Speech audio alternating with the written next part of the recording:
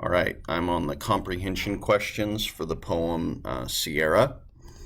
So Diane Siebert uses the phrase, I am the mountain, throughout the poem. She keeps repeating that, I am the mountain, over and over again. What does this use of repetition contribute to the tone of the poem? Okay, so the tone is kind of the feeling that the author is trying to give you about the mountain. And by repeating, I am the mountain, that's like a strong statement, okay? I am the mountain, I am the mountain.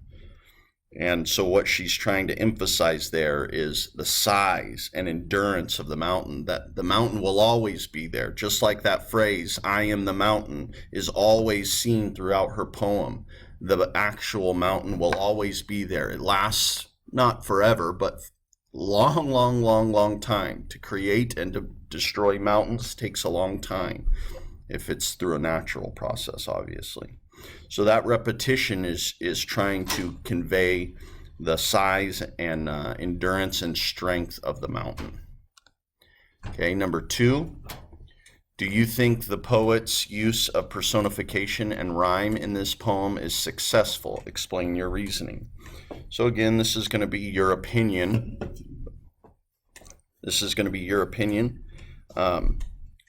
But often, what is the purpose of personification and rhyme? Well, personification, you use these kind of literary devices in your writing to make your writing more interesting, okay? If you don't use literary devices like personification, using your senses to describe your what's going on, using rhyme, all of these different little tricks and tools of writing help make your writing more readable and more interesting.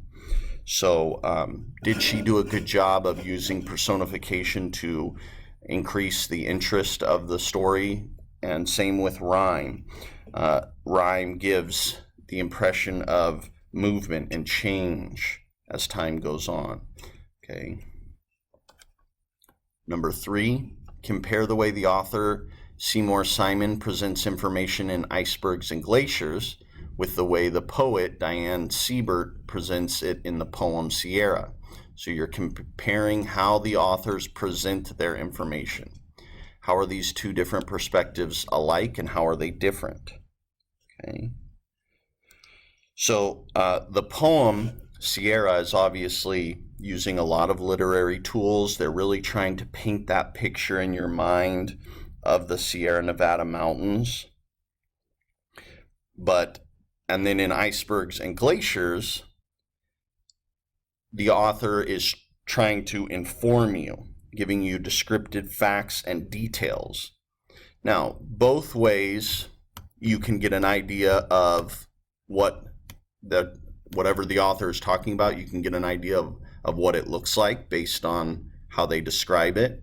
But the poem uses more literary devices like repetition and rhyme, and Icebergs and Glaciers doesn't use a lot of the literary devices. They don't use rhyme. They just present facts and then details to support those facts.